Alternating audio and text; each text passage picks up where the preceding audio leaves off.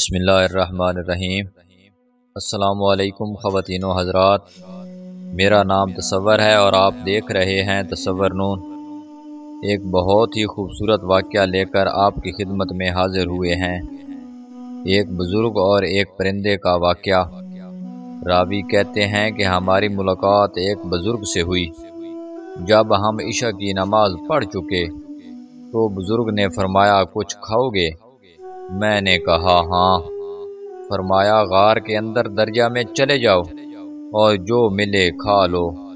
میں اندر گیا تو ایک پتھر پر اخروٹ، منکی، خرنوب، سیب، انجیر، یہ سب چیزیں ایک ایک طرف رکھی ہوئی پائیں۔ میں نے جتنا چاہا ان میں سے کھا لیا۔ رات بھر وہ جاگتے رہے۔ جب سحر کا وقت ہوا تو انہوں نے نماز وتر ادا کی، پھر جو کچھ موجود تھا اس میں سے کھایا اور بیٹھے رہے جہاں تک کہ صبح فجر کی نماز ادا کی، اور بیٹھے بیٹھے ہی سو گئے، حتیٰ کہ آفتاب طلوع ہو کر بقدر 2 نیزوں کے بلند ہو گیا تو کھڑے ہوئے اور وضو کر کے غار میں داخل ہوئے۔ میں نے دریافت کیا کہ یہ میوہ کہاں سے آتا ہے، اس سے اچھا تو میں نے کبھی نہیں کھایا۔ فرمایا، یہ تم اپنی آنکھوں سے دیکھ لو گے۔ اتنے میں ایک پرندہ آیا جس کے دونوں بازو سفید اور سینہ سرخ اور گلہ سبز تھا، اور اس کی چونچ میں منکی اور پاؤں کے بیچ میں اخروٹ تھے۔ اس نے منکی کو منکی پر اور اخروٹ کو اخروٹ پر رکھا۔ جب اس کے پروں کی آہٹ سنی تو فرمایا، تو نے دیکھ لیا؟ میں نے کہا ہاں۔ فرمایا، یہی پرندہ میرے پاس یہ چیزیں لاتا ہے 30 سال سے۔ میں نے پوچھا، دن میں کتنی بار آتا جاتا ہے؟ فرمایا، 7 بار۔ میں نے حساب کیا تو 15 بار آیا اور گیا۔ میں نے ان سے ذکر کیا تو فرمایا، تمہارے واسطے ایک بار زیادہ لاتا ہے، اور ان کا لباس ایک چھال کا تھا جو کیلے کے مثل تھا۔ میں نے پوچھا، یہ کہاں سے آپ کے پاس آتا ہے؟ فرمایا، یہی پرندہ عاشورہ کے روز 10 ٹکڑے اس چھال کے لاتا ہے۔ میں اس کا کرتا یا پاجامہ بنا لیتا ہوں۔ ان کے پاس ایک سوا بھی تھا جس سے وہ چھال سیتے تھے، اور وہی پھٹی پرانی چھال کے ٹکڑے ان کے نیچے بچھے ہوئے تھے، اور ان کے پاس ایک پتھر تھا جس میں پانی ڈال کر اس کا پانی بالوں پر ملا جاتا تو بال اکھڑ جاتے۔ ایک دن میں ان کے پاس بیٹھا ہی تھا کہ 7 آدمی ان کے پاس آئے جن کی آنکھیں لمبائی کی جانب پھری ہوئی تھیں اور سرخ تھیں، اور ان کا لباس ان کے بال ہی تھے۔ مجھ سے فارسی میں فرمایا، ان سے نہ گھبراؤ، یہ مسلمان جن ہیں۔ ایک نے سورۃ طٰہٰ آپ کو سنائی، اور دوسرے نے سورۃ فرقان، اور ایک نے سورۃ الرحمن کی کچھ آیتیں آپ سے سیکھیں، پھر وہ چلے گئے۔ میں نے انہیں بعض مرتبہ سجدے میں دعا پڑھتے سنا، اور اس دعا کو آواز سے پڑھتے تھے۔ میں نے کہا، آپ نے یہ دعا کس سے سیکھی؟ فرمایا، مجھے اس کا الہام کیا گیا۔ ایک رات میں یہ دعا پڑھ رہا تھا کہ میں نے ایک ہاتف کو کہتے سنا کہ جب تم یہ دعا مانگو تو آواز سے، یہ دعا مقبول ہے۔ میں ان کے پاس 24 روز تک رہا۔ پھر مجھ سے فرمایا کہ اپنا قصہ بیان کر، تو میرے پاس یہاں کیوں کر پہنچا؟ میں نے قصہ بیان کیا۔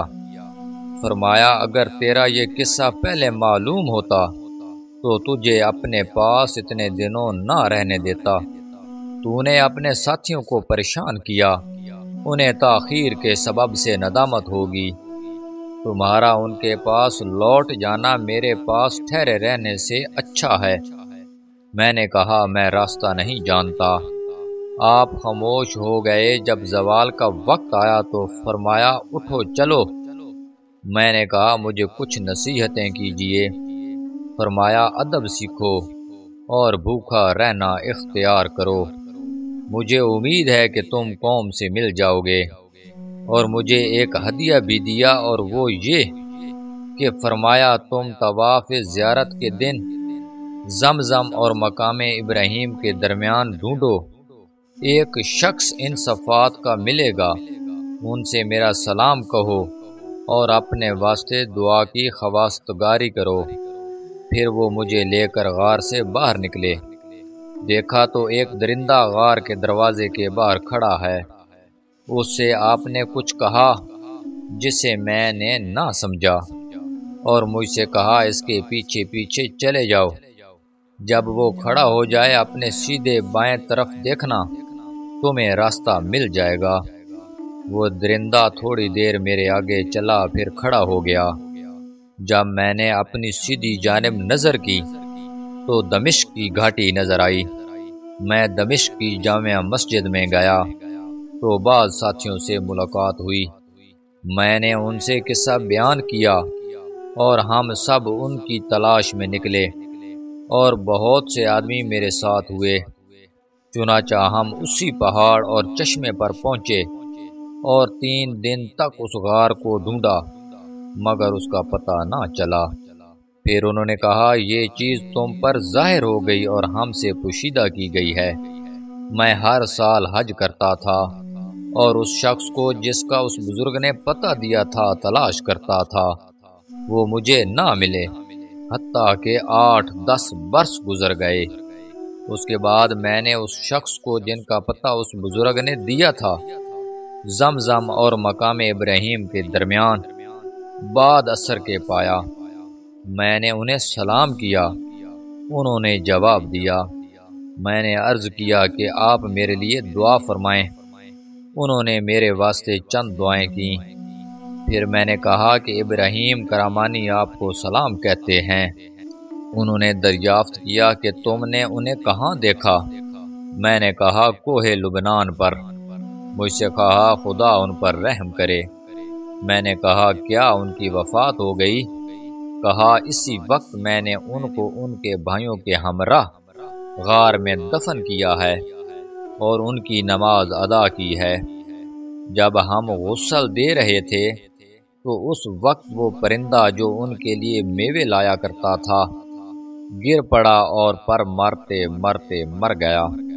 ہم نے اسے بھی ان کے پاؤں کے پاس دفنا دیا۔ پھر وہ شخص طواف کے واسطے چلے گئے، اس کے بعد میں نے انہیں نہیں دیکھا۔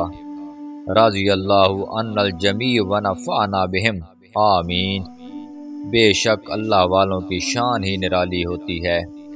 اللہ سے تعلق جڑنے کے بعد یہ دنیا سے بے نیاز ہو جاتے ہیں، انہیں دنیا کے اسباب کی کوئی ضرورت نہیں رہتی، اور اللہ تعالیٰ خود غیب سے ان کی مدد فرماتے ہیں۔ اللہ تعالیٰ ہمیں بھی نیک بننے کی توفیق عطا فرمائے، آمین یا رب العالمین۔ پیارے ناظرین کرام، اگر آپ کو ویڈیو پسند آئی ہو تو ویڈیو کو لائک کر دیں، چینل کو سبسکرائب کر دیں اور بیل آئیکن کے بٹن کو دبا دیں تاکہ فیوچر میں ہر نئی آنے والی ویڈیو کی اطلاع آپ کو بروقت مل سکے۔ جزاک اللہ۔